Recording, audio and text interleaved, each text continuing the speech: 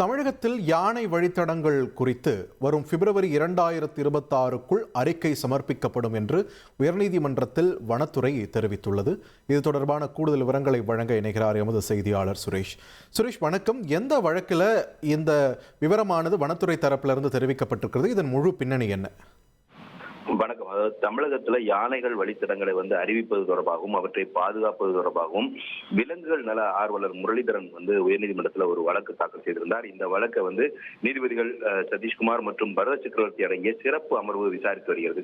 இந்த வழக்கு விசாரணைக்கு வந்தபோது தமிழக வனத்துறை தரப்புல ஒருங்கிணைந்த யானைகள் வழித்தடங்களை கண்டறிந்து அது பற்றிய விவரங்களை தாக்கல் செய்ய தமிழக அரசால் 2 குழுக்கள் அமைக்கப்பட்டிருப்பதாக தமிழக வனத்துறை தரப்பில் தெரிவிக்கப்பட்டது.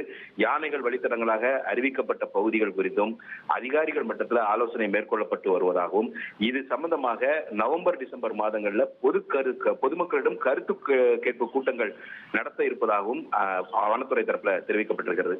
இதன் பிறகு இந்த யானை வழித்தடங்கள் தொடர்பான இறுதி அறிக்கை அடுத்த ஆண்டு 2026 பிப்ரவரி மாதம் தமிழக அரசிடம் தாக்கல் செய்யப்படும் என்றும் வனத்துறை தரப்பில் உயர்நீதிமன்றத்தில் தெரிவிக்கப்பட்டிருக்கிறது. இந்த வாதங்களை பதிவு செய்து கொண்ட நீதிபதிகள் இது தொடர்பாக எடுத்த நடவடிக்கைகள் குறித்த அடுத்த கட்ட அறிக்கையை தாக்கல் செய்ய வேண்டும் என்று உத்தரவிட்டு இந்த வழக்கினுடைய விசாரணையை நவம்பர் 28ஆம் தேதிக்கு நீதிபதிகள் தள்ளி வைத்திருக்கிறார்கள். நன்றி சுரேஷ், உங்களுடைய விரிவான தகவல்களுக்கு. இனி செல்லும் இடமெல்லாம் செய்தி. தந்தி டிவியின் வாட்ஸ்அப் சேனலை ஃபாலோ பண்ணினா செல்லருக்கும் இடமெல்லாம் செய்தி. இதோ QR கோட் இப்பவே ஸ்கேன் பண்ணுங்க, ஃபாலோ பண்ணுங்க.